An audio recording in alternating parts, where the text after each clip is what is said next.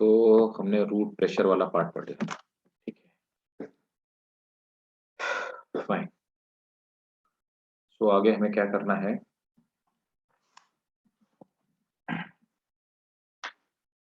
यही तक किया था ना, देखो एक बार चेक करो जल्दी से, क्विक, देर नहीं लगाओ।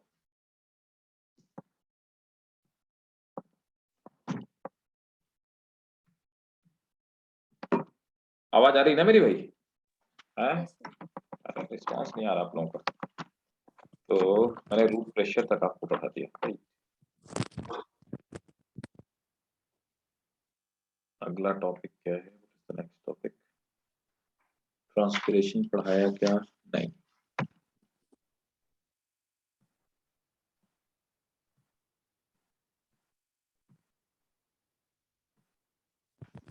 अच्छा, अभी तक जो पढ़ा उसमें कोई दिक्कत कोई प्रॉब्लम बताओ भाई। रूट प्रेशर बता दिया मैंने, वाटर एब्जॉर्प्शन बाय प्लांट, ठीक है, ये बता दिया मैंने। अब इसके बाद हम लोग पढ़ने वाले हैं, रूट प्रेशर पढ़ने वाले हैं, और इसमें से एक दो चीजें मैं और आपको बताऊंगा, ट्रांसपिरेशन में मैं आपको बताऊंगा ट्रांसपिरेशन, है ना। फिर हम लोग पढ़ेंगे ट्रांसपिरेशन पुल थ्योरी क्या होती है, ट्रांसपिरेशन कितना होता है, ट्रांसपिरेशन कितने टाइप का तो होता है। रूट प्रेशर मैं आपको बता ही चुका हूँ, और फिर हम लोग पढ़ेंगे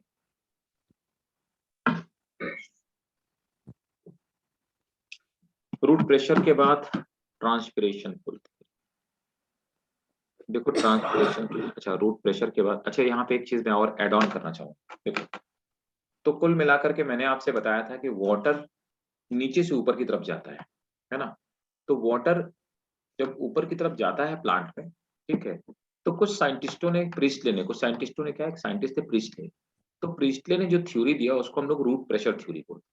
प्रिस्टले का ये कहना था कि रूट की जो सेल्स होती हैं वो एक प्रेशर जनरेट करती हैं, और उस प्रेशर जनरेट होने की वजह से वाटर नीचे से ऊपर की तरफ जाता है।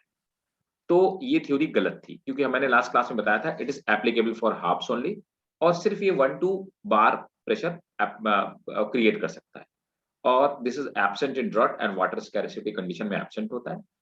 और रूट प्रेशर थ्योरी से अकॉर्डिंग एक्सप्लेन नहीं किया जा सकता कि वाटर हायर प्लांट्स में कैसे ऊपर की तरफ जाएगा। Higher plant in the sense, जब मैं बात करूं तो, अगर मैं बात करूं यूकलिप्टस रेगनस की, जो कि 110 मीटर का होता है, मतलब मोर देन 330 फीट, है ना, ऑलमोस्ट 350 फीट के आसपास होगा, इतने ऊंचे प्लांट में, या फिर सिकोया सेम्पर वायरेंस में कैसे इतने ऊपर पहुंच जाएगा। तो हायर प्लांट्स में इतने ऊपर कैसे पहुंच जाएगा वाटर? ये प्रेशर सफिशिएंट नहीं है हायर प्लांट में ऊपर तक प्रेशर ले जाने के लिए, वाटर को ट्रांसपोर्ट करने के लिए, ठीक है। अब देखो दूसरे नंबर पर क्या आता है, एक और साइंटिस्ट थे, जेसी बोस साहब, इंडिया के अपने थे। जेसी बोस साहब ने एक थ्योरी दी, उसको हम लोग बोलते हैं, क्या कहते हैं उसे, हम लोग बोलते हैं वाइटल फोर्स थ्योरी, या इसी को पल्सेशन थ्योरी बोलते हैं। ये थ्योरी बताने के पीछे रीजन क्या है, ये आपके एनसीईआरटी में नहीं, ये बताने के पीछे रीजन क्या है, क्योंकि ये मेडिकल में पूछ लिया जाता है कि पल्सेशन थ्योरी किसने दी थी, रूट प्रेशर थ्योरी किसने दी थी, what was the root pressure theory, है ना, इज इट करेक्ट और नॉट करेक्ट, वगैरह वगैरह, राइट। तो सेकंड है आपकी vital force theory. What is vital force theory? Vital force, अब देखो वाइटल फोर्स थ्योरी जो है, आप वाइटल फोर्स थ्योरी आप देखेंगे, ये दी थी किसने, जेसी बोस साहब, जेसी बोस, है ना, जिनको आप जगदीश चंद्र बसु भी कहते हैं, है ना। वाइटल फोर्स थ्योरी को ही हम लोग क्या बोलते हैं, पल्सेशन थ्योरी, पल्सेशन थ्योरी। आप देखो वाइटल फोर्स थ्योरी या पल्सेशन थ्योरी क्या कहती है, इस थ्योरी का ये कहना है, पल्सेशन थ्योरी का भी ये कहना है कि ये पल्सेशन के थ्रू, है ना, पल्सेशन की एक प्रोसेस होती है, उस पल्सेशन के प्रोसेस के थ्रू यहाँ पर इनमें रूट के अंदर जो सेल्स होती है उनमें पल्सेशन होती है, जिससे हमारा हार्ट पल्सेट करता है, उस पल्सेशन के थ्रू वाटर नीचे से ऊपर की तरफ जाता है। और ये थ्योरी सक्सेसफुल बिल्कुल नहीं थी, ये भी एक फ्लॉप थ्योरी थी, है ना। और इस तरह से कोई भी सेल ना ही पल्सेट करती है और ना ही ऊपर की तरफ वाटर चढ़ता है। इनका कहना था कि रूट की जो सेल्स होती है उनमें कुछ वाइटल फोर्सेस होते हैं, उन वाइटल फोर्सेस की वजह से ये उसको वाटर को ऊपर की तरफ पुश करती है, इस तरह से पानी नीचे से ऊपर की तरफ वाटर का ट्रांसपोर्ट होता है, and that was not a true theory, right. तो ये भी एक फेल थ्योरी थी, रूट प्रेशर थ्योरी एक फेल थ्योरी थी। पल्सेशन थ्योरी एक फील्ड थ्योरी थी, और एक और याद रखना कि थर्ड नंबर पे एक थ्योरी दे रखी थी, है ना, एक थ्योरी थी, उसको बोलते हैं कैपिलरिटी, है ना, theory of capillarity, theory of capillarity, है ना। तो आपने पढ़ा होगा कि कैपिलरी में वाटर नीचे से ऊपर की तरफ चढ़ता है ना, वाटर ऊपर की तरफ चढ़ता है। कैपिलरिटी की थ्योरी जो दी थी ये बोम ने दी थी, बोम ने। इसका कहना था कि xylem, xylem column it work as capillary, work as capillary, और इस कैपिलरी की वजह से वाटर नीचे की ऊपर तरफ चढ़ता है कैपिलरिटी के थ्रू। ऐसा भी पॉसिबल नहीं है, तो ये कैपिलरिटी के थ्रू भी मुश्किल से हाफ्स में पानी चढ़ सकता है ऊपर, लेकिन बाकी बड़े प्लांट्स के लिए ये भी थ्योरी फेल थी। तो vital force theory, root pressure theory और कैपिलरिटी थ्योरी ये सब फेल थ्योरी थी। तो आज की डेट में जो थ्योरी सक्सेसफुल है, जो ये कहती है कि वाटर ऊपर की तरफ चढ़ता कैसे है, उसको हम लोग कोहेजन टेंशन थ्योरी कहते हैं। लेकिन कोहेजन टेंशन थ्योरी समझने से पहले हम लोग समझ लेते हैं ट्रांसपिरेशन क्या होता है।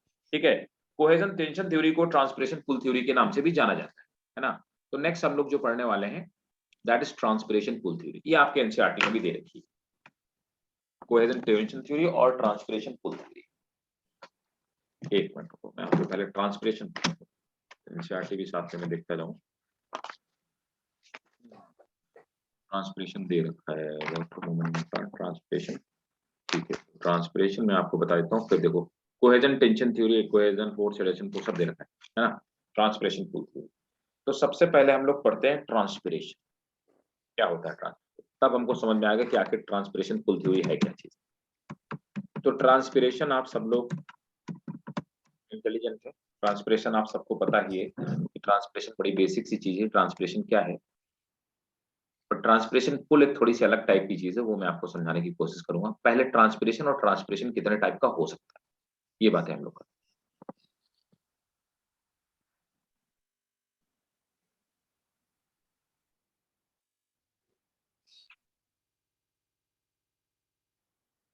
ट्रांसपोर्ट,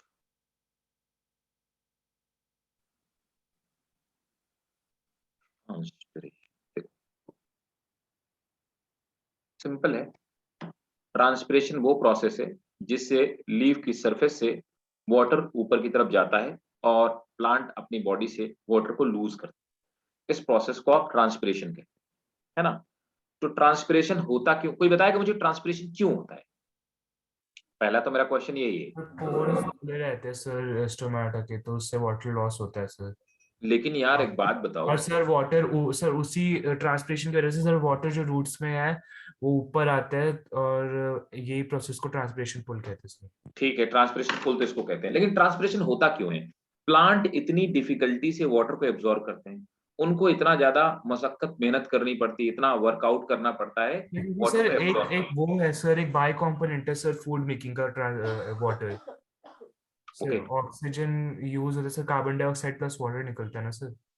लेकिन बेटा एक बात समझो, जितना भी वाटर प्लांट एब्जॉर्ब करते हैं, है ना, तो वाटर का H2O एब्जॉर्प्शन का जितना भी H2O एब्जॉर्प्शन होता है, तो इस H2O एब्जॉर्प्शन जो 100% है, जो वाटर एब्जॉर्ब हुआ, इसका 90% 90% ट्रांसपिरेशन में चला जाता है, ट्रांसपिरेशन।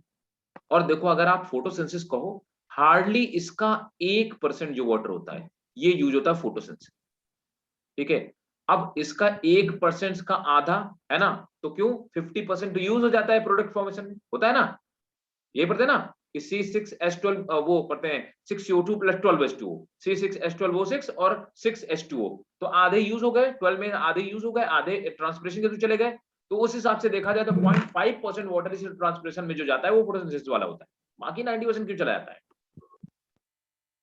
और हम ट्रांसपिरेशन को ये कहते हैं, we use the term for transpiration, it is necessary evil. हम सर ट्रांस एक्सेस वाटर निकालने के लिए यूज होता है। अरे भाई, एक्सेस तो तब होगा जब जब कोई चीज आपके पास ज्यादा होगी एक्सेस में। प्लांट तो बड़ी मुश्किल से वाटर एब्जॉर्ब करते हैं और वो कोशिश करते हैं कि वाटर वेस्ट ना होने पाए। Transpiration is called necessary evil. एक मैं चेक कर रही हूँ, कुछ दिखा तो नहीं। सीज एविल नहीं है ना, वो कौन नॉर्मल बताया? गला गर्म है तो जैसा है ना वो। आयशा बुलाओ, बताओ। Shiju, Mathew, tell me. Hiba, Zainab, anyone of you? No? Look. Yes, sir. It is because in like tall plants, it exerts too much water or something like that, right? Okay, like that. Look. Whenever we feel heat, what happens? We start losing water Right. by the process of sweating. And why the sweating takes place? To control our body temperature. अभी आपके पास क्या है कि आपको गर्मी लगी तो आपकी बॉडी से ट्रांसपिरेशन ही तो होता है मेरे भाई, स्वेटिंग होती है। फिर क्या होता है? स्वेटिंग, जब स्वेटिंग होती है आप फैन चला लो कितना आपको ठंडा फील होता है ना? स्वेटिंग होती है तो स्वेटिंग से क्या होता है? वाटर वेपर के फॉर्म में लॉस होता है।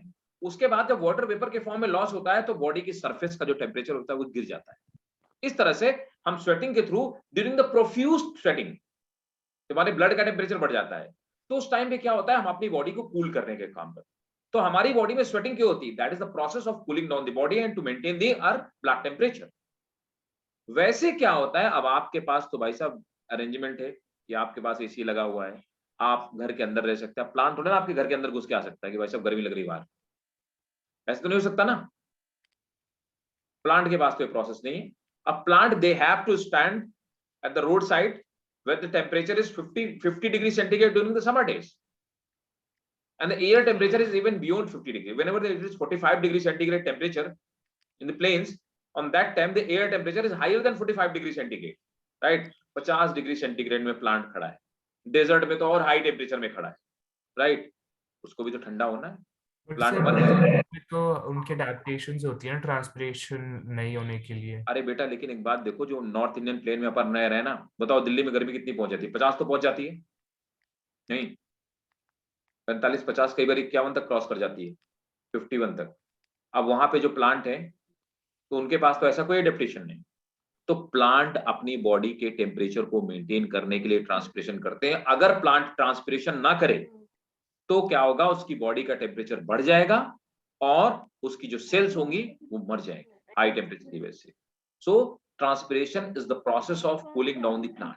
That's why transpiration takes place, that's why we call it necessary evil. ठीक है, प्लांट बड़ी मुश्किल से वाटर को एब्जॉर्ब कर पाते हैं, लेकिन उनकी मजबूरी है कि अगर वो इस वाटर को लॉस नहीं करते ट्रांसपिरेशन के through 90%, then what will happen? Due to the higher temperature their body and their cell will die, right? Please note it down. Transpiration is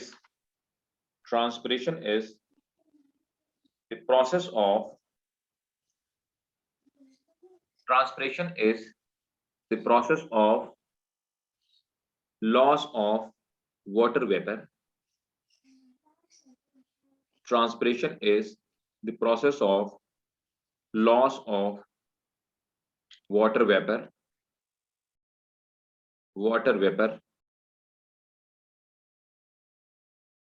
from the exposed part of plant,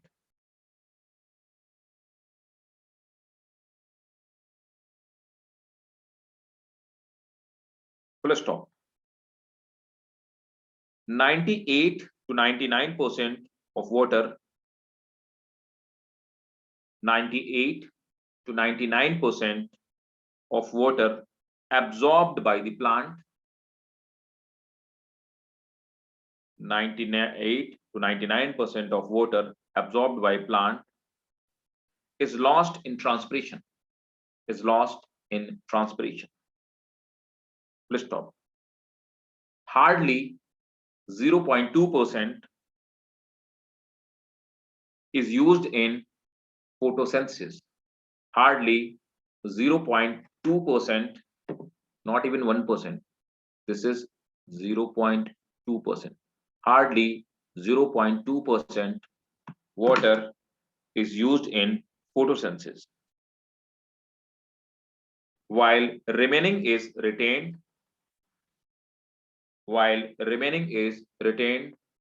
for the plant growth, 0.8%, while remaining is retained for plant growth. So type of transpiration, है ना, put the heading type of transpiration. कितने type का transpiration होता है? देखो भाई, सबसे पहला होता है the first type of the transpiration, that is stomatal transpiration.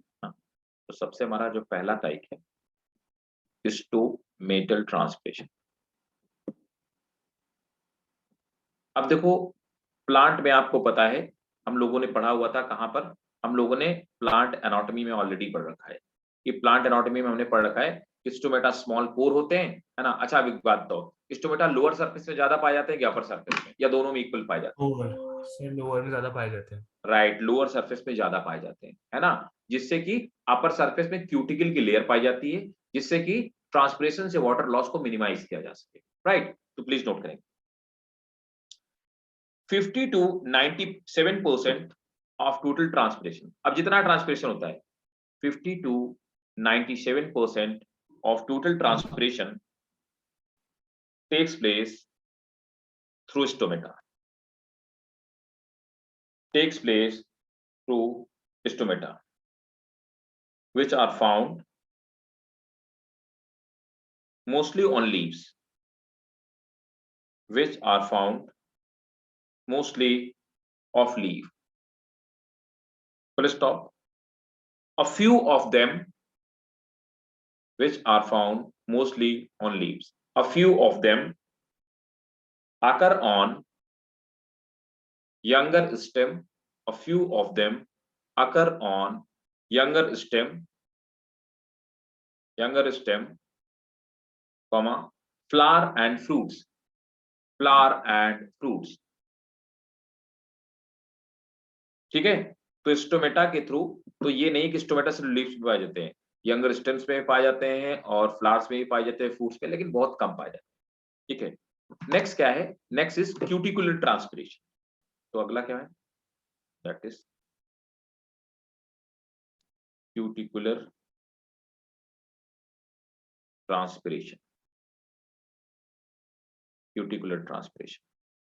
अब जो क्यूटिकल होती है, वैक्सी ऊपर लेयर पाई जाती है ना, वो ये एपिडर्मल जो सेल्स होती हैं, स्टोमेटा से नहीं, क्यूटिकल या एपिडर्मल जो सेल्स होती हैं, उनके ऊपर से जो वाटर का धीरे धीरे ट्रांसपिरेशन होता है, उसको हम क्यूटिकुलर ट्रांसपिरेशन बोलते हैं। ये तो गया स्टोमेटा के थ्रू, है ना, क्यूटिकुलर ट्रांसपिरेशन। नोट करेंगे, इट अकर्स थ्रू क्यूटिकल और epidermal cell. It occurs through cuticle or epidermal cell. It occurs through cuticle or epidermal cells. Full stop. 3 to 10% of total transpiration. 3 to 10% of total transpiration takes place through cuticle. Full stop. It takes place day and night both. It takes place day and night both. तो ये हो गया हमारा cuticular transpiration. अब देखो, जो third category का transpiration है, उसको हम लोग बोलते हैं लेंटिकुलर ट्रांसपिरेशन और लेंटिसिलेट ट्रांसपिरेशन। तो लेंटिकुलर ट्रांसपिरेशन, या फिर इसी को भाई साहब हम लोग बोलते हैं lenticellate transpiration. Lenticellate transpiration, right, lenticular transpiration, lenticellate transpiration, है ना, राइट। तो अब ये जो लेंटिकुलर ट्रांसपिरेशन या लेंटिसिलेट ट्रांसपिरेशन जो होता है, तो पहले आप मुझे बताओ कि लेंटिसेल्स क्या होते हैं? कौन बताएगा? What is lenticels? देखो, जैसे स्टोमेटा पाए जाते हैं ना लीव्स में, वैसे स्टेम में स्मॉल पोर पाए जाते हैं, and they are permanently open pore, है ना, बहुत कम पाए जाते हैं, परमानेंटली ओपन पोर होते हैं, उनसे धीरे धीरे वाटर डिफ्यूज आउट होता रहता है, उसको हम लोग लेंटिकुलर ट्रांसपिरेशन। आप देखो, अभी ये आने वाले टाइम पे जब विंटर्स ओवर हो जाएंगे ना, नॉर्थ इंडियन प्लेन में यहाँ पे, तो जब विंटर्स ओवर हो जाएंगे उसके बाद ऑटम आएगा। ऑटम सीजन में क्या होगा कि यहाँ पर जो मैक्सिमम जो प्लांट होंगे वो अपनी लीव शेड कर देंगे, ट्रांसपिरेशन रुक जाएगा। जब लीव्स ही नहीं तो ट्रांसपिरेशन कहाँ होगा? अब उस कंडीशन में प्लांट कैसे बॉडी के टेम्परेचर को कैसे कंट्रोल कर रहा है? Through lenticels. तो लेंटिसेल से वहां पे वाटर लूज होता रहता है। ठीक है, नोट करेंगे। It is found in woody branches of trees. It is found in woody branches of trees where lenticels occur, where lenticels occur, where lenticels occur. Full stop. Lenticular transpiration contribute only 0.1%. Lenticular transpiration contribute only 0.1% of total transpiration. Lenticular transpiration contribute only 0.1% of total transpiration. It also occurs day and night. तो ये भी day night लगातार होता रहता है। ऊपर वाला भी हमने देखा कि डे नाइट लगातार होता रहता है, जबकि हमें ये पता है कि जो स्टोमेटल ट्रांसपिरेशन होता है वो सिर्फ डे टाइम पे होता है, नाइट पे नहीं होता है ना। ये हो गया हमारा लेंटिकुलर ट्रांसपिरेशन। एक और टाइप का ट्रांसपिरेशन होता है, उसको हम लोग बोलते हैं बार्क ट्रांसपिरेशन, है ना। तो बार्क के थ्रू जो वाटर डिफ्यूज आउट होता है that is called bark transpiration ना। तो बार्क ट्रांसपिरेशन क्या होता है? चलो अब समझो बात को, ठीक है, नोट करेंगे। This type of transpiration occurs through corky covering of stem. This type of transpiration occurs through corky covering of stem, corky covering of stem. It is a very little, but it is a very little, but it is measurable. Let's stop. It also takes place day and night. It also takes place day and night. ये भी day and night दोनों में होता है ना, bark transpiration भी आप, ठीक है। इतने तरह का ट्रांसपिरेशन होता है ना।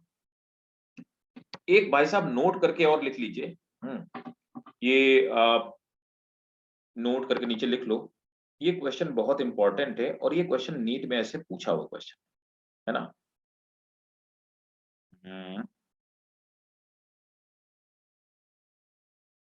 The number of stomata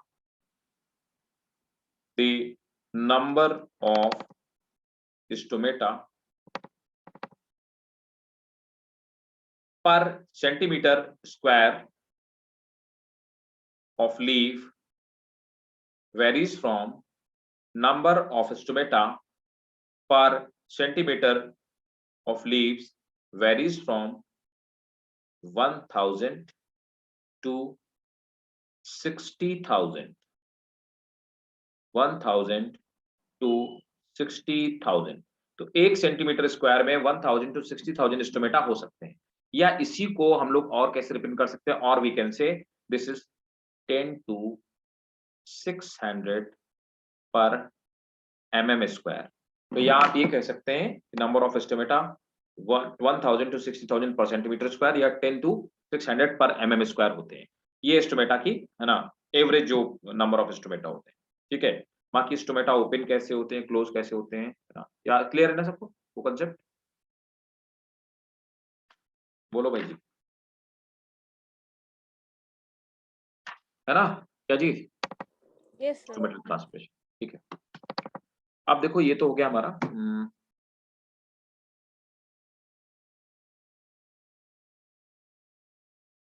एक मिनट रुक जाओ, मैं जरा आपको स्टोमेटा का स्ट्रक्चर और फिर से बता देता हूँ, है ना। अगर आप भूल रहे होंगे तो मैं आपको स्टोमेटा का स्ट्रक्चर और बता देता हूँ, क्योंकि I don't want to miss it.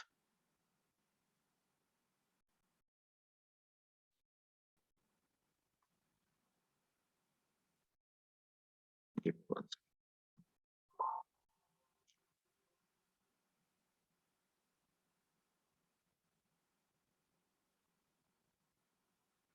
आपको रिवाइज करा देता हूँ, एक बार बता देता हूँ इंस्ट्रूमेंटल ट्रांसलेशन क्या होता है, कैसे होता है।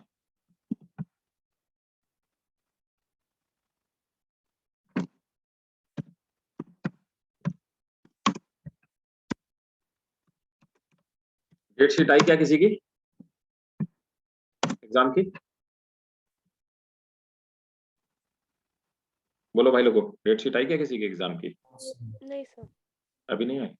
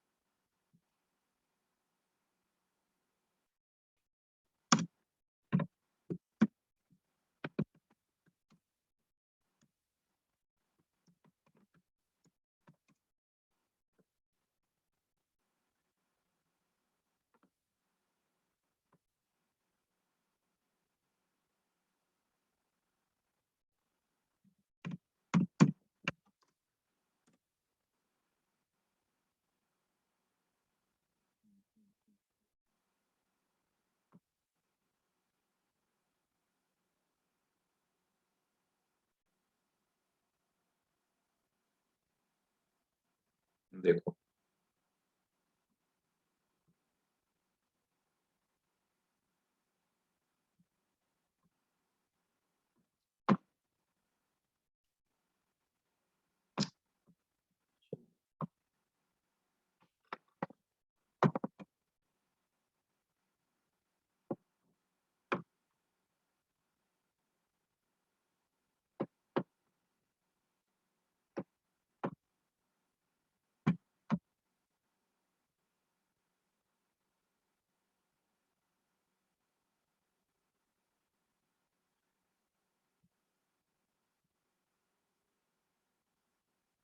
देखो, एक तो मैं इंस्ट्रूमेंटल स्ट्रक्चर आपको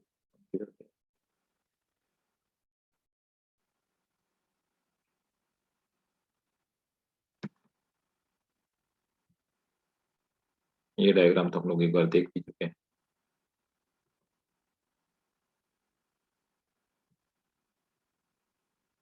और इसके बाद फिर इंस्ट्रूमेंटल ट्रांसलेशन भी देख।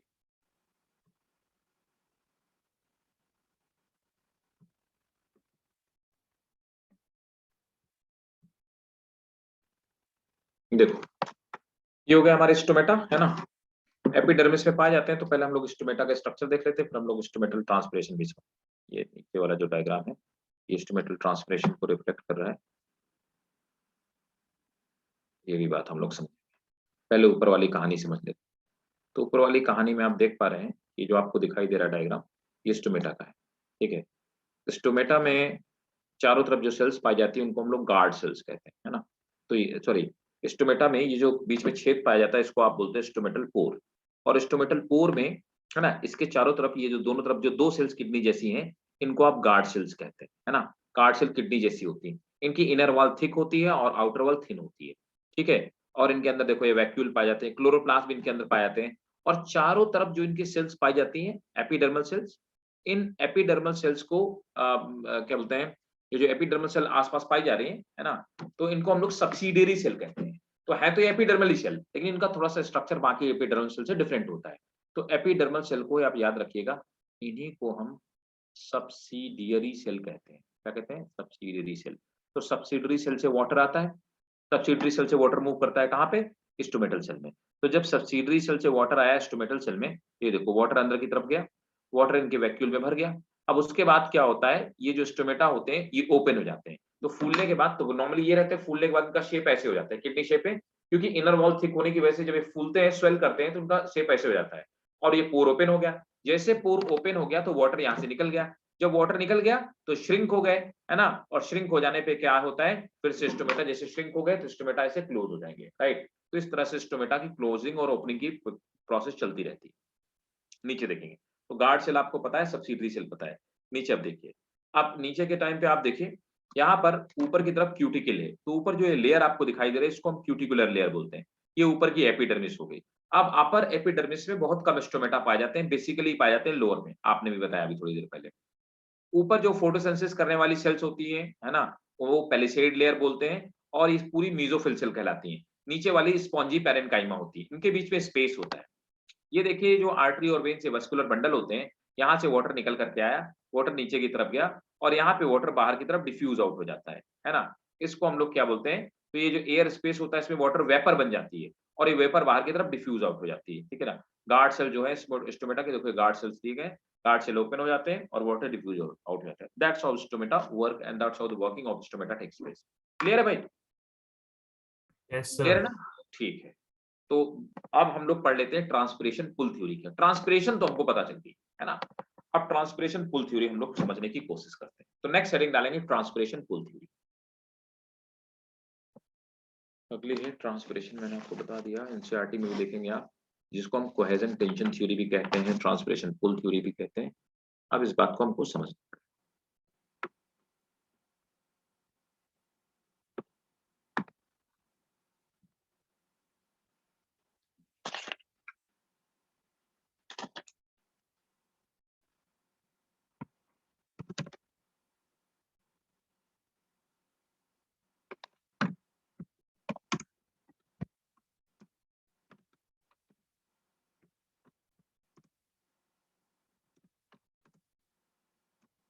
इसको हम लोग बोलते हैं कोहेजन टेंशन थ्योरी। अब कोहेजन टेंशन थ्योरी या ट्रांसपिरेशन पुल थ्योरी ये है क्या चीज, है ना, कैसे और काम करती है। डिक्सन और जॉली दो साइंटिस्ट थे, उन्होंने कोहेजन टेंशन थ्योरी और ट्रांसपिरेशन पुल थ्योरी को दिया, ठीक है। इनका कहना था कि ये जो कोहेजन टेंशन थ्योरी है ये किस किस चीज पे काम करती है, किस किस प्रिंसिपल पे काम करती है। और डिक्सन और जॉली ने इस थ्योरी को देने का काम किया था, दो साइंटिस्टों ने किया था। और यही वो थ्योरी है जो जाइलम, ये थ्योरी क्या रिप्रेजेंट करती है, पहली बात ये ट्रांसलोकेशन ऑफ वाटर, ट्रांसलोकेशन, और rather than translocation we can say transport of water, ठीक है। तो ये क्या रिप्रेजेंट करती है, ये रिप्रेजेंट करती है किस चीज को, explain, transport of water through, transport of water through xylem, है ना। इसको रिप्रेजेंट करती है ट्रांसपोर्ट ट्रांसपिरेशन पुल थ्योरी। और यही वो सक्सेसफुल थ्योरी है जो इस चीज को एक्सप्लेन कर पाती है ना। अब देखो ट्रांसपिरेशन पुल थ्योरी कैसे कैसे काम करती है, इस बात को हम लोग समझते हैं। ट्रांसपिरेशन क्या होता है वो बात तो हमको कहानी समझ में आ गई कि ट्रांसपिरेशन किस चीज को हम लोग कहते हैं। अब देखो मैं आपको एक डायग्राम दिखा, उस डायग्राम की हेल्प से कोहेजन टेंशन और ट्रांसपिरेशन पुल जो थ्योरी वो आपको पूरी समझ में आएगी। देखिए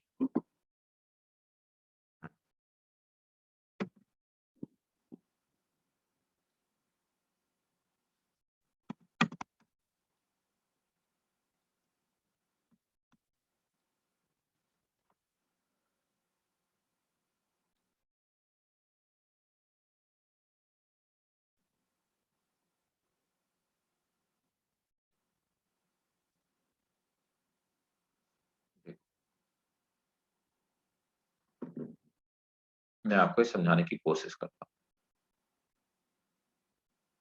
पहले तो क्या हुआ, इस पे कितने कितने फैक्टर काम करते हैं और कौन कौन सी चीजें काम करती है ना। तो ये ऊपर की क्यूटिकल हो गई, नीचे की तरफ क्या होता है, ये नीचे की तरफ ट्रांसपिरेशन हो रहा है। ट्रांसपिरेशन क्या करता है, वाटर के कॉलम को खींचने का काम करता है।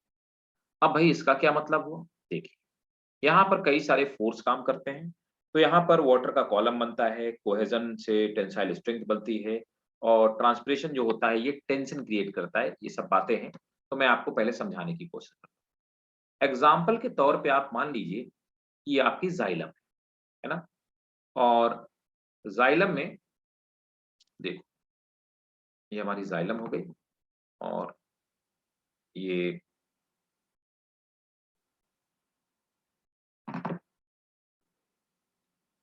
ठीक है, तो ये हमारी जाइलम हो गई, और ये जाइलम की वॉल हो गई, है ना। तो ये हम लोगों की जाइलम की वॉल हो गई, ठीक है। तो ये जाइलम की कुल मिलाकर के वॉल, दिस इज जाइलम। आप इसको ट्रैकीज मानो चाहे वेसल मानो, जो भी आपकी मर्जी। अब ये जाइलम की वॉल के अंदर वाटर के मॉलिक्यूल्स हैं, दीज आर वाटर मॉलिक्यूल, ये वाटर के मॉलिक्यूल, ठीक, ये सब वाटर के मॉलिक्यूल, और ये वाटर के मॉलिक्यूल ऊपर की तरफ चल रहा है। अब देखो, हमने ये ऑलरेडी पढ़ा हुआ है कि जो वाटर के मॉलिक्यूल या कोई भी एक ही मटेरियल के मॉलिक्यूल होते हैं, वो सब एक दूसरे को अपनी अपनी तरफ अट्रैक्ट करते हैं। तो ये दोनों एक दूसरे को अपनी अपनी तरफ खींच रहे हैं। वाटर के मॉलिक्यूल एक दूसरे को अपनी तरफ पुल करते हैं, और इस पुल करने की वजह, ये जो इसका पुलिंग फोर्स है, इस फोर्स को हम लोग कहते क्या है? तो वो फोर्स जिससे सेम टाइप के मॉलिक्यूल या सेम मटेरियल के मॉलिक्यूल एक दूसरे को अपनी तरफ पुल करते हैं, उस फोर्स को हम लोग कहते हैं कोहेसिव फोर्स, है ना। तो जो कोहेसिव फोर्स है, कोहेसिव फोर्स, इस कोहेसिव फोर्स की वजह से वाटर की एक रस्सी बन जाती है, रोप बन जाती है, या यूं कह सकता हूं मैं, वाटर का कॉलम बन जाता है, ठीक है।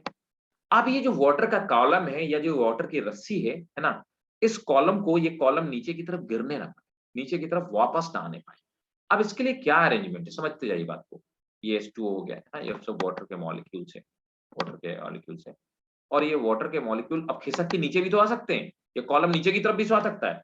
अब ये वाटर का कॉलम नीचे की तरफ खिसक के ना आने पाए, इसके लिए भी एक अरेंजमेंट है। अब क्या होता है देखिए, जाइलम की जो दीवारें होती हैं, जाइलम अलग टाइप के मटेरियल से मिलकर बना है, और वाटर अलग टाइप के मटेरियल से मिलकर बना है। अलग अलग टाइप के two different type of material attract each other with the help of a different type of the force, that is called adhesive force. तो जाइलम की जो वॉल होती है ना, इसके बीच में, जाइलम की वॉल के बीच में, वॉल और वाटर के बीच में जो फोर्स लग रहा है, उसको हमने क्या बोला? Adhesive force. तभी तो हम लोग जितने फेविक्विक लेकर के आते हो, फेविकोल लेकर के आते हो, उसको हम एडहेसिव गम बोलते हैं। क्यों? क्योंकि अलग अलग मटेरियल के बीच में फोर्स को बढ़ा देते हैं, राइट। तो यहां पर एडहेसिव फोर्स, तो कोहेशन फोर्स क्या करता है? वाटर के कॉलम का फॉर्मेशन करता है। एडहेशन फोर्स क्या करता है? उसको कॉलम को नीचे की तरफ गिरने नहीं देता, और ट्रांसपिरेशन इस रस्सी को ऊपर से पुल करने का काम करती है, राइट। ट्रांसपिरेशन ऊपर की तरफ फोर्स लगाती है, और ट्रांसपिरेशन क्या करती है? एक पुल क्रिएट करती है, this is called transpiration pull, right. तो ये तीन फैक्टर मिलकर के, ट्रांसपिरेशन पुल, कोहेसिव फोर्स और एडहेसिव फोर्स, ये तीनों मिलकर के क्या करते हैं? वाटर को नीचे की ऊपर तरफ ले जाते हैं। इसी को ट्रांसपिरेशन पुल थ्योरी कहा जाता है। अब देखो उसी बात को यहाँ पे एक्सप्लेन किया गया है। स्टोमेटा से वाटर ट्रांसपिरेट हो रहा है, जिससे कि यहाँ पे क्या लग रहा है? यहाँ पे एक पुल क्रिएट हो रहा है, तो हम इसको क्या बोलते हैं? ट्रांसपिरेशन की वजह से एक पुल क्रिएट हो रहा है, तो मैंने इसको बोला ट्रांसपिरेशन पुल थ्योरी। अब क्या? वाटर के मॉलिक्यूल एक दूसरे को खींच रहे हैं, किस फोर्स से खींच रहे हैं? दोनों जो फोर्स है उसको हम लोग बोलते हैं कोहेसिव फोर्स, कोहेजन फोर्स। इस कोहेसिव फोर्स की वजह से वाटर के मॉलिक्यूल, और इस पुल की वजह से यहाँ पे क्या क्रिएट हो रहा है? टेंशन क्रिएट हो रहा है, इसीलिए तो इसको क्या बोलते हैं? कोहेजन टेंशन थ्योरी कहते हैं, राइट, राइट। और रूट भी क्या करती है? अप टू सर्टेन एक्सटेंट तक वाटर को एब्जॉर्ब करती है, और यहां से क्या करती है? रूट प्रेशर क्रिएट करती है, जिससे वाटर और आगे की तरफ बढ़ता है। This is called cohesion tension theory. Is it clear और नॉट? प्लीज टेल, बताइए भाई, क्रिस्टल क्लियर और नॉट? सब लोग देखिए और बताइए, बोलो भाई। Sachi, Matthew, Ayesha, Yes, sir. Yes, sir. Clear. Yes, sir. Clear? Maharaj, इधर गए भाई। Maharaj, Yes, Hiba, sir. Zainab, what's about you? It's clear, sir. Very good, very good. So do one thing, take a screenshot, and I do expect that you will draw this diagram. This is important diagram, right? So at least you have to draw this diagram, whatever I haven't drawn it.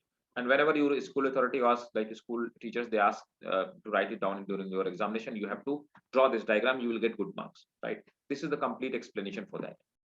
अब देखो, चलो अब note करना शुरू करो transpiration pull theory में। Screenshot ले लिया होगा आपने, है ना? तो नोट करना start. Cohesion and tension theory, cohesion and tension theory और transpiration pull theory,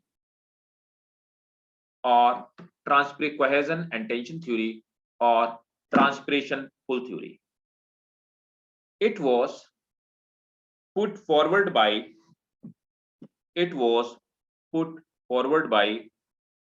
Dixon and Joly. It was put forward by Dixon and Joly in 1894. It was put forward by Dixon and Joly in 1894. It is also known as Dixon's theory. It is also known as Dixon's theory of ascent of sap. Ascent of sap. इसी को हम लोग Dixon की ascent of sap theory के नाम से भी जानते हैं. This is the same thing.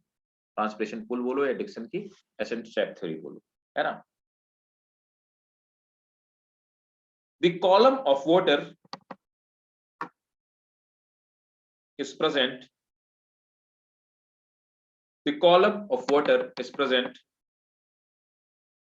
between the trachyte element.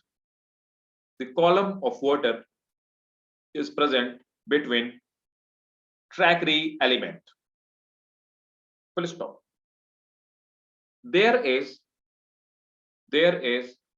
a continuous column of water. There is a continuous column of water from root through the stem into leaves. From root through the stem into leaves.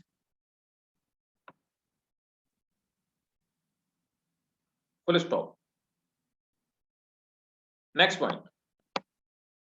The column of water does not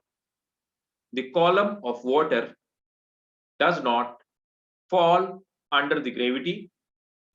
The column of water does not fall under the gravity because force of transpiration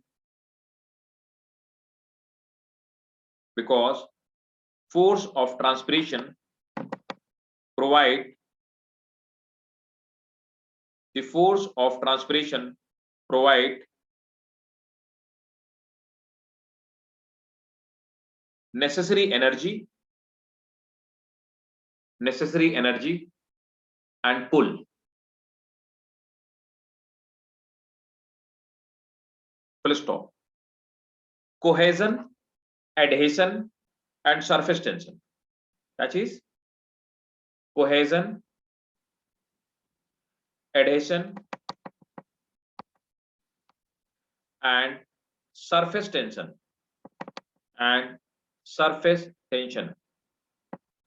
They keep water in place. They keep water in place. तो ये तीनों चीजें water को रोक के रखती हैं और ट्रांसपिरेशन पुल क्या करता है, ऊपर की तरफ से पुल लगाता है, राइट? नेक्स्ट पॉइंट है water molecule remains attached to one another. Water molecule remains attached to one another by strong mutual force of attraction.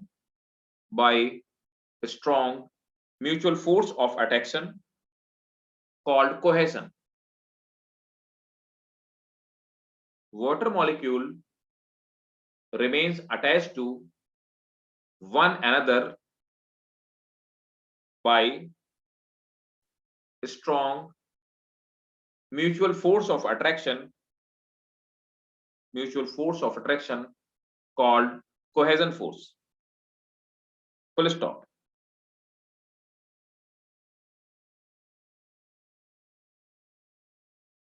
Water column can bear tensile strength. Water column can bear tensile strength up to 100 atmospheric pressure. This is the sufficient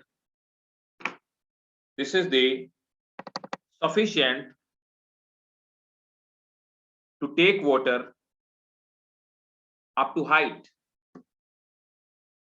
Full stop. Another force called adhesion force. Between the wall and water molecule. Adhesion force between the wall and water molecule keeps the water at its place.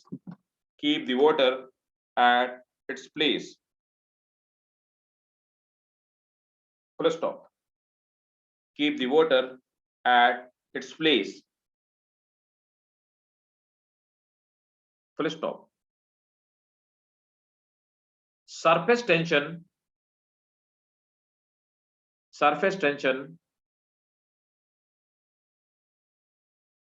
account for high capillarity in trachea and vessel. Surface tension account for high capillarity in trachea and vessels. Next point. The water vapor diffuse out of leaves. The water vapor diffuse out of leaves.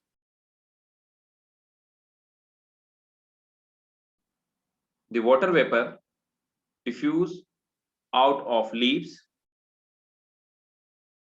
Full stop. The mesophyll cell continuously lose the water. By this way, it create a transpiration pull. By this way, it create a transpiration pull. Full stop. The tension developed by transpiration. The tension developed by transpiration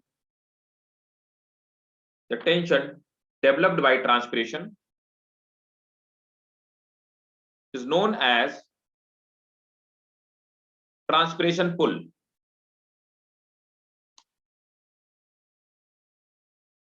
A tension of 1 atmospheric pressure. A tension of 1 atmospheric pressure is sufficient to pull the water up to 10 meters. A tension of 1 atmospheric pressure is sufficient to pull the water up to 10 meters. Right?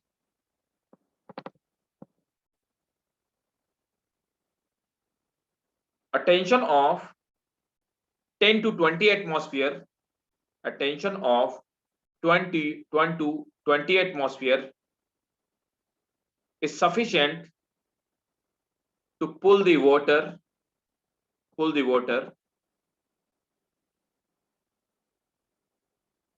at the height of tallest plant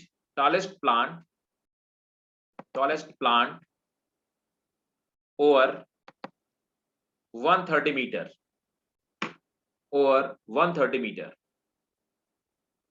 right. तो ये थी हमारी transpiration pull theory, cohesion tension और transpiration pull theory. Is it clear और not? Please tell me, अगर कहीं पे कोई डाउट हो पूछिए, कोई पॉइंट आपको नहीं समझ में आ रहा हो तो भी पूछिए।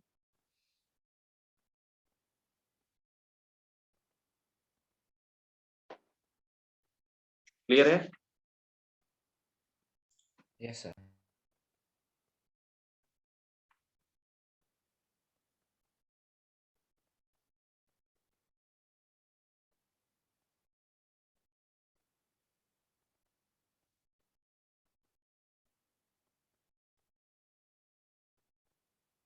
और क्या है? अच्छा,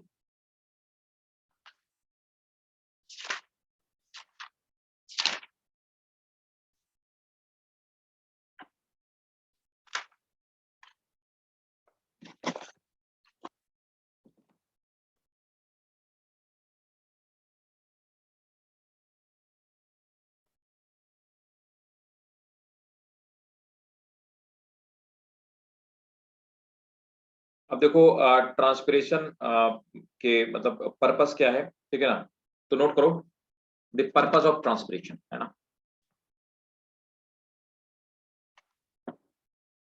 इसको हम लोग बोलते हैं transpiration and photosynthesis compromise.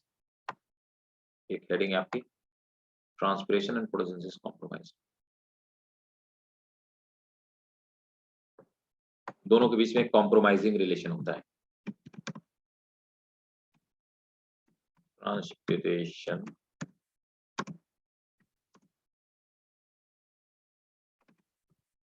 And photosynthesis.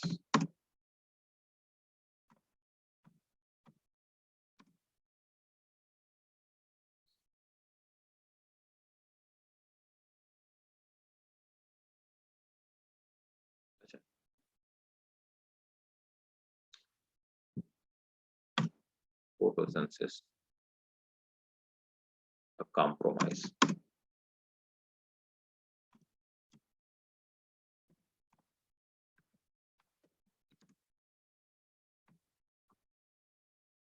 अब देखो यहां पर क्या है, देयर आर, नोट करेंगे, there are various purposes of transpiration. अब ट्रांसपिरेशन क्यों होता है? बहुत सारे काम होते हैं ट्रांसपिरेशन के, है ना? तो देखो ट्रांसपिरेशन के पर्पस क्या होते हैं, पहला पर्पस हम लोग समझ लेते हैं। तो सबसे पहला ट्रांसपिरेशन का पर्पस होता है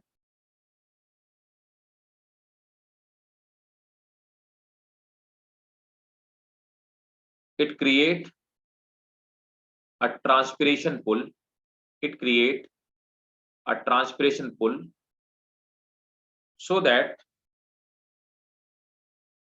absorption and transport of water, it create a transpiration pull so that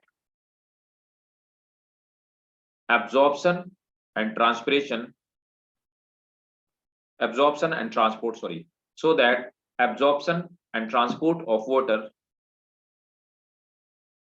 could takes place, could takes place. Next point, it supply water for photosynthesis, वरना तो लाइट रिएक्शन हो ही नहीं पाएगी। it apply it supply water, it supply water for photosynthesis.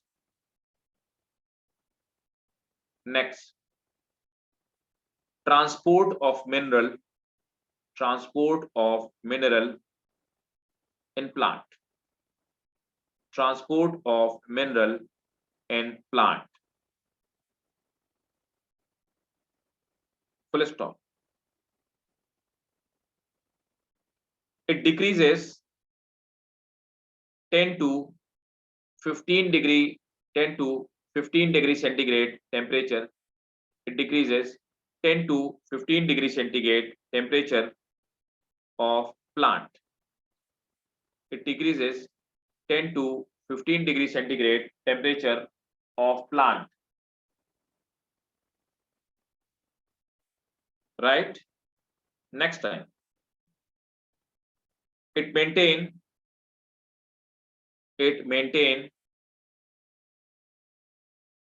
the shape and structure of cell, shape and structure of cell.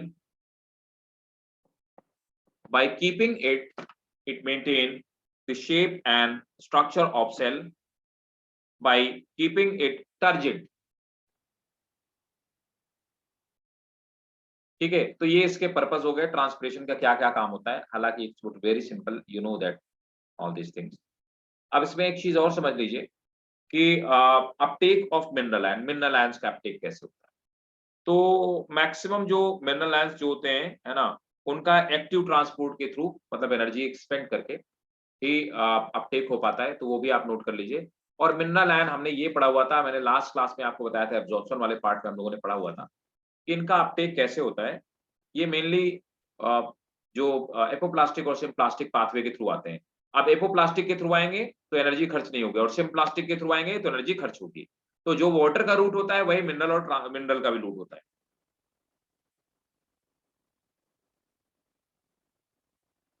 Uptake of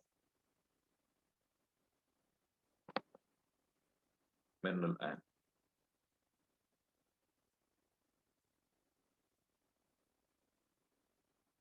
ठीक है। अब देखिए,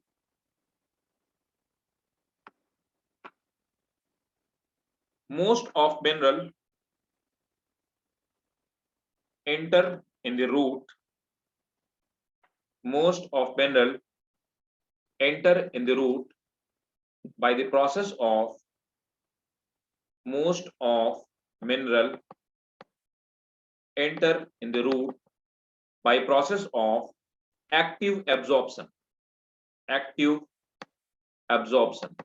Active absorption का मतलब हो गया ATP is spent, है ना, तो यहां पर ATP spent हो जाएगी। At the spent of ATP, right? The spent ATP means energy is required. Active absorption का मतलब ही यही हुआ, ठीक है। Full stop.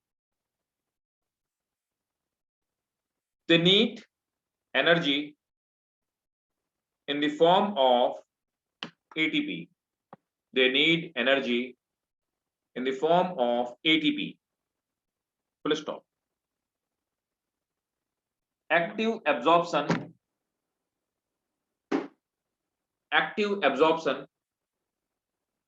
is partially responsible for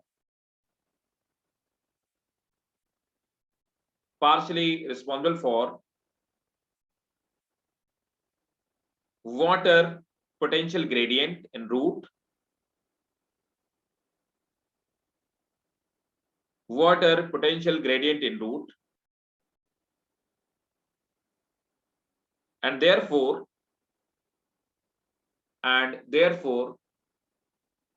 uptake of water, and therefore uptake of water by osmosis.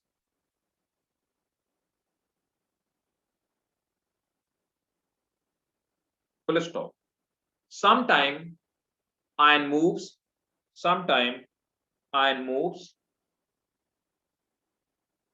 into epidermal cell passively. Sometime ion moves into epidermal cell passively.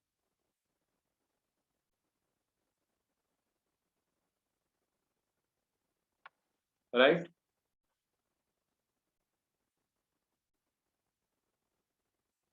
अब mainly कहां पर इनकी जरूरत होती है, नोट करेंगे। The chief sink for mineral elements, the chief sink for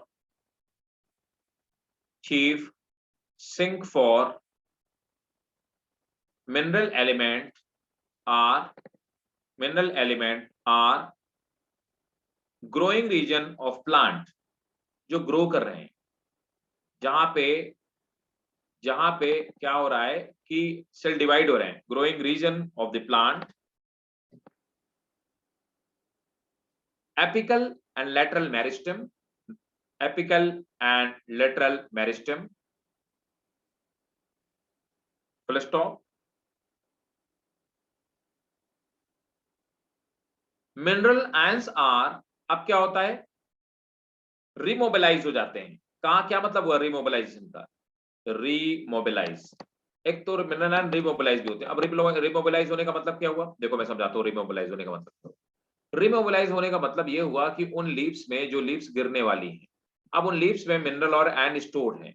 लेकिन अब क्या एग्जांपल के तौर पे ये कोई लीफ है ना, this leave is about to die, अब ये येलो होने वाली है एंड इट विल डाई। तो अब क्या होगा, यहाँ पर मिनरल और आयंस होते हैं, अब ये मिनरल आयन रिमोबिलाइज होंगे। मतलब क्या है कि यहाँ पर जितने भी मिनरल और आयंस होंगे वो सब मिनरल आयन वापस आने लगेंगे प्लांट में, तब जाकर के लीफ गिरेगी। इस प्रोसेस को हम इसको हम लोग, ये जो लीफ गिरने वाली होती है इसको हम लोग बोलते हैं सीनीसेंट लीफ बोलते हैं, SENESCENT, सीनीसेंट लीव्स, है ना। Means it is about to die, about to fall, it is about to fall. तो सीनीसेंट लीफ वो होती हैं जो मरने वाली होती है, about to fall. On that time what happened, ये जो मिनरल्स होते हैं, ये जो स्टोर मिनरल होते हैं, these stored mineral they comes back to the plant body, that is called remobilization of mineral, है ना। तो करेंगे, the mineral ions are frequently remobilized from older, mineral ions are frequently remobilized from older and senescent part, full stop. The element mostly remobilized, the element mostly remobilized are phosphorus, the element, याद रखिएगा रिमोबिलाइजेशन किनका होता है, ये question पूछा जाता है, NEET का क्वेश्चन है। the elements mostly remobilized are phosphorus, sulfur, nitrogen, phosphorus, sulfur, nitrogen and potassium,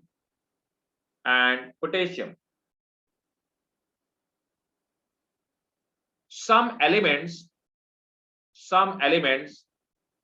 are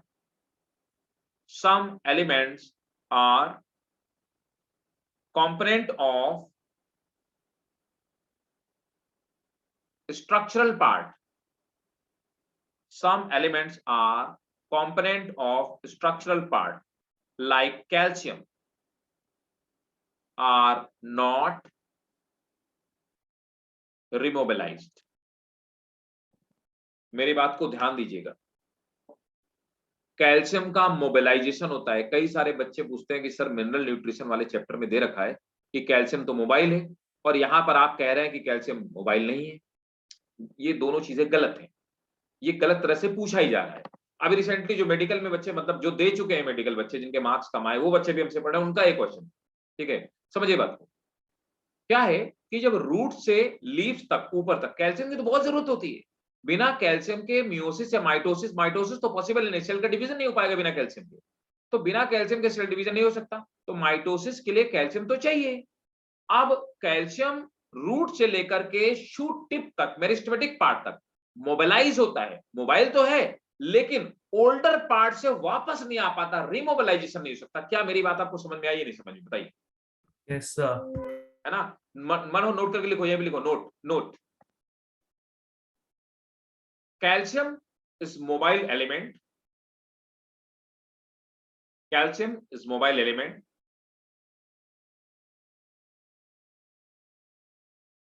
it goes from root to shoot tip, it goes from root to shoot tip as very essential for meristematic part, very essential for meristematic part and cell division. Full stop. Calcium is not remobilized. Calcium is not remobilized from older or senescent part. अब clear हो गया होगा, आप confuse नहीं होगी कभी अगर question आएगा, और एक क्वेश्चन पूछा भी जा चुका है, इसीलिए बच्चे कंफ्यूज भी होते हैं, है ना। तो अब फ्लोएम, ये तो हमने जाइलम का ट्रांसपोर्ट पढ़ लिया, किसी को कोई डाउट हो पहले पूछो, फिर मैं आपको लास्ट पार्ट बताता हूँ फ्लोएम का ट्रांसपोर्ट, जिसको कि मास फ्लो हाइपोथेसिस हम लोग को। क्लियर है भाई लोगों? साची, Matthew? Yes, sir. Yes, sir. Okay, Zainab, Rahman, Meraj, Hiba? Yes sir. ठीक है, तो अब आप पढ़ेंगे फ्लोएम ट्रांसपोर्ट, फ्लोएम ट्रांसपोर्ट और सोर्स एंड सिंक रिलेशनशिप हम लोग पढ़ते हैं।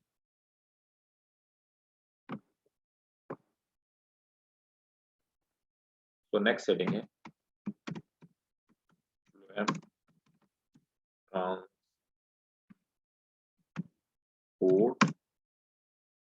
और इसी को हम लोग बोलते हैं source and sink relationship.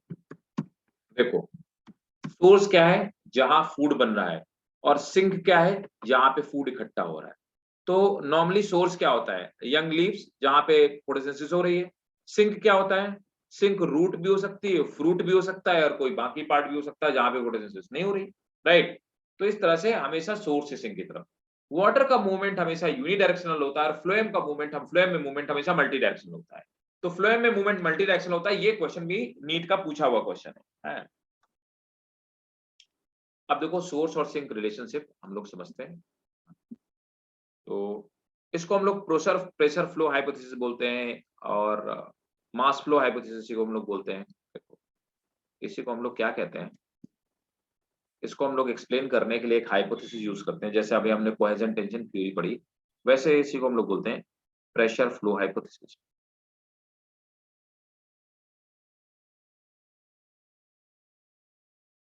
Pressure flow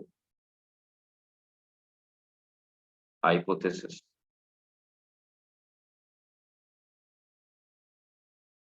और इसी को बोलते हैं मास फ्लो हाइपोथेसिस।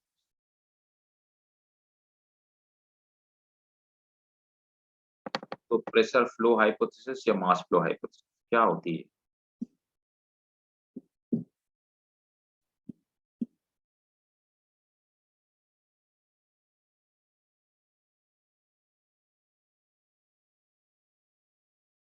देखो, सोर्स और सिंक रिलेशन, है ना, ये डायग्राम पूरी इस बात को वो करता है, रिप्रेजेंट करता है।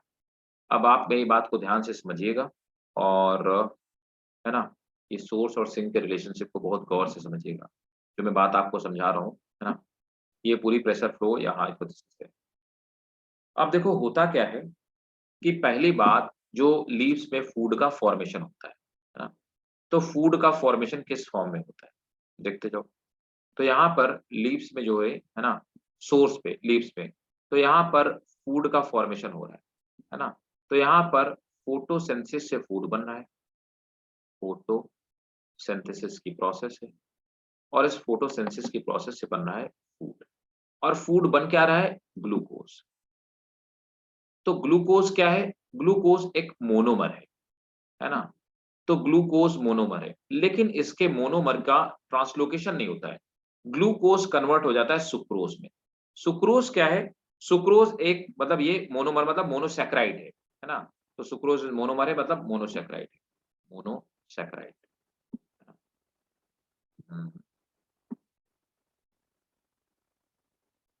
This is monosaccharide. तो सुक्रोज पहले, ग्लूकोज किस में कन्वर्ट होता है? सुक्रोज में। सुक्रोज क्या है? Sucrose by the disaccharide. तो इसका जो ट्रांसलोकेशन होता है वो डाइसैकेराइड के फॉर्म में होता है, मोनोसैकेराइड के फॉर्म में नहीं होता। अब सुक्रोज कन्वर्ट हो गया किसमें? डाइसैकेराइड।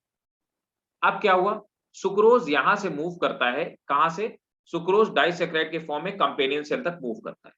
अब ये पहुंच गया कंपेनियन सेल में। किस प्रोसेस के थ्रू पहुंचा? ऑस्मोसिस के थ्रू पहुंचा।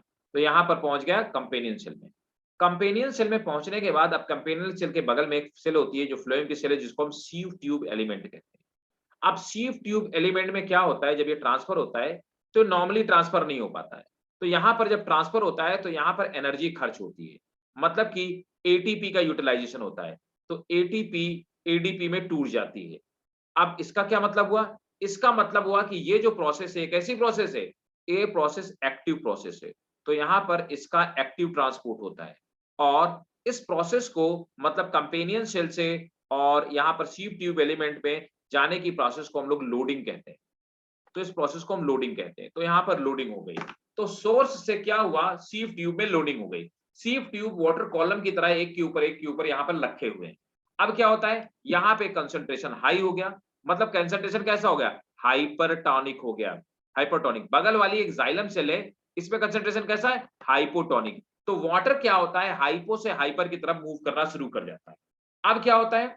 यहाँ पे ऊपर से नीचे की तरफ एक कंसंट्रेशन ग्रेडियंट क्रिएट हो जाता है। सीव ट्यूब एलिमेंट के अंदर क्या हो जाता है? एक कंसंट्रेशन ग्रेडियंट क्रिएट हो जाता है। इस कंसंट्रेशन ग्रेडियंट की वजह से ऊपर से नीचे की तरफ क्या होता है? डिफ्यूजन शुरू हो जाता है। जब कंसंट्रेशन ग्रेडियंट है तो यहाँ पर क्या होगा? डिफ्यूजन शुरू हो जाएगा। तो डिफ्यूजन शुरू हो जाएगा। अब डिफ्यूजन की वजह से धीरे धीरे नीचे की तरफ आने लगेगा। अब जहां पर सिंक होता है, सिंक के पास वाली कंपेनियन सेल में क्या होता है? सिंक के पास वाली कंपेनियन सेल में अब इसको अनलोड किया जाता है, तो यहां पर क्या होगा? अनलोडिंग होती है। अब भाई साहब जब अनलोडिंग होगी तो फिर कैसे होगी? ये भी एक्टिव प्रोसेस है। अब सिंपल सी बात है, अगर ये एक्टिव प्रोसेस है तो फिर वही होने वाला है, एटीपी से एडीपी का फॉर्मेशन होगा, मतलब कि एनर्जी खर्च होगी, एटीपी एडीपी में कन्वर्ट हो जाएंगे और एनर्जी स्पेंड होना स्टार्ट हो जाएगी, राइट? अब एटीपी से एडीपी, अब इसको हम लोग अनलोडिंग कहते हैं। अनलोडिंग होने के बाद ये किसमें कन्वर्ट हो जाता है? सिंक में जाने के बाद यहाँ पे कन्वर्ट हो गया, किसमें? स्टार्च में कन्वर्ट हो गया। अब यहाँ पर ट्रांसपोर्ट किस फॉर्म में हुआ था? ट्रांसपोर्ट तो हुआ था सुक्रोज के फॉर्म में। स्टार्च क्या है? स्टार्च एक पॉलीसेक्राइड है ना? स्टार्च एक पॉलीसेक्राइड है। और ये कैसा है? स्टार्च की खास बात क्या है? This is insoluble in water, ये वाटर में इनसॉल्युबल है। अब क्या हुआ? वाटर अलग हो गया। जब वाटर अलग हो गया तो वाटर दोबारा से पास वाली जाइलम एलिमेंट पे मूव हो गया और इस तरह से अनलोडिंग हो गई। इस तरह से सोर्स से सिंक की तरफ किसी भी सब्सटेंस का मूवमेंट होता है और वाटर इसको छोड़ करके फिर से वापस चला जाता है जाइलम एलिमेंट पे और ऊपर की तरफ चला जाता है। That is called source sink relationship and that is called translocation of the food. ये मल्टी डायरेक्शनल होता है। बताइए क्या क्लियर है मेरी बात और नॉट? समझ आया? इज इट क्लियर और नॉट? बोलो भाई, सब लोग बताओ। Yes, sir. Yes, sir. ऐसा ऑल क्लियर? Yes, sir. ठीक है, तो आप इसका स्क्रीनशॉट ले लीजिए और मैं उम्मीद करता हूं कि आपको इसको हूबहू आप अपने लाइक नोटबुक में ड्रॉ करेंगे, है ना? And it is very important if they will ask you this question, either they ask transpiration pull theory or this one mass flow hypothesis, both are the very important, both are the equally important. If they will ask this question will be in the long answer form, right?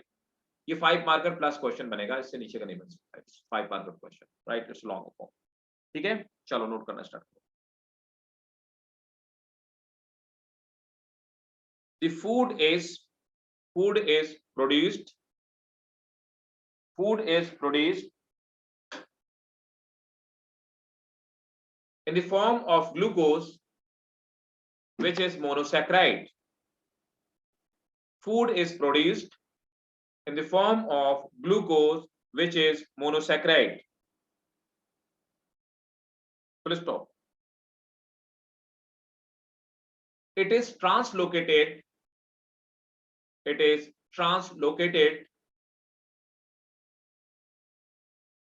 in form of disaccharide, that is, it is translocated in the form of disaccharide, that is sucrose. Full stop. Next point. Sucrose moves from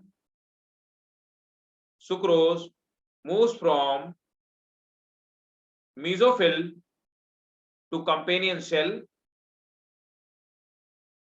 Sucrose moves from mesophyll to companion cell by diffusion. Full stop. From companion cell,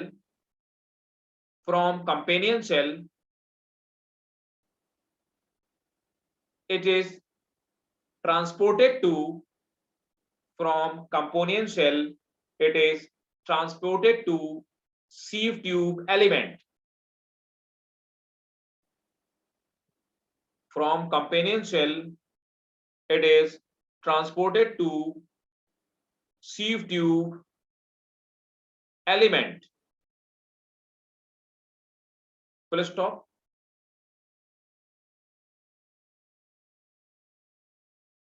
This is the active process. This is the active process where ATP are spent. This is the active process where ATP are spent. This is the active process where ATP are spent.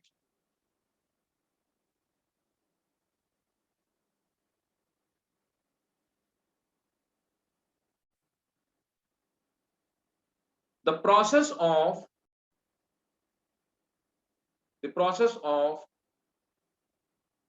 transport of food, the process of transport of food from companion to flow, from companion to sieve tube. The process of transport of food from companion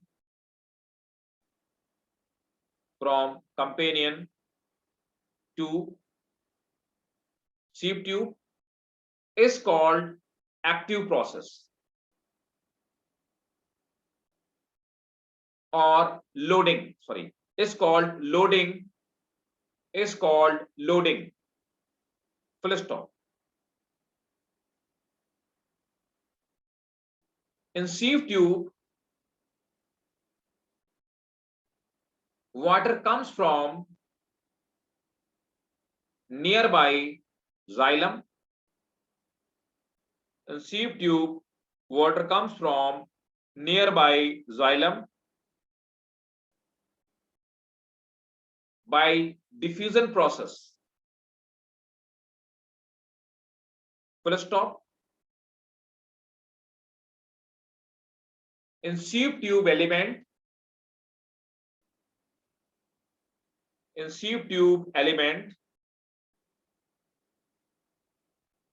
food translocate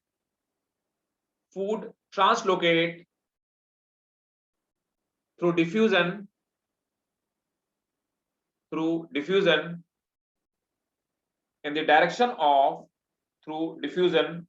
in the direction of concentration gradient. Through diffusion in the direction of concentration gradient.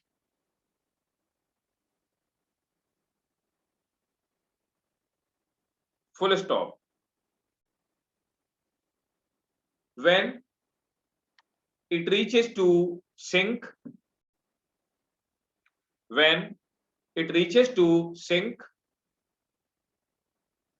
comma, the nearby companion shell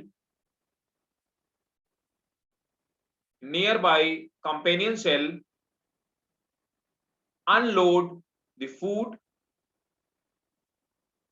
by active process.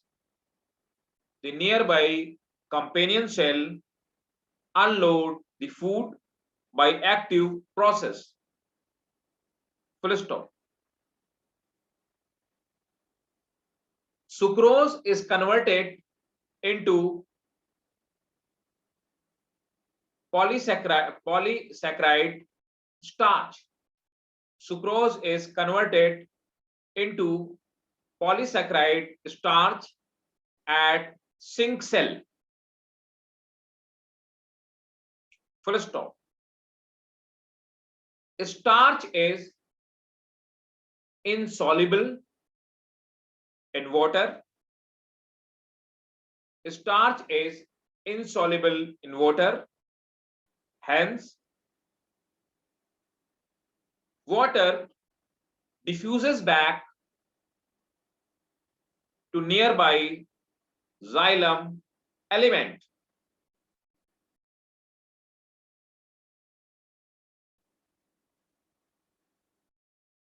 water moves by to nearby xylem element, and that's how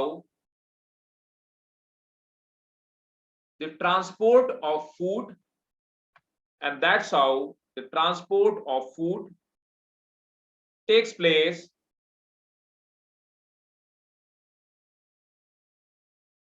by the process of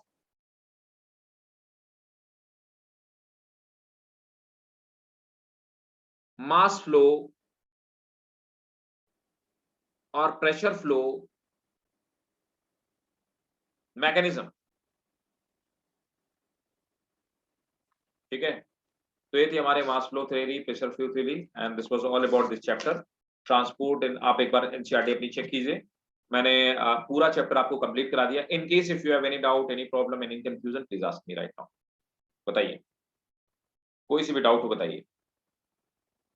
ये chapter हमारा हो गया है, बोलो भाई, कोई doubt हो बताओ।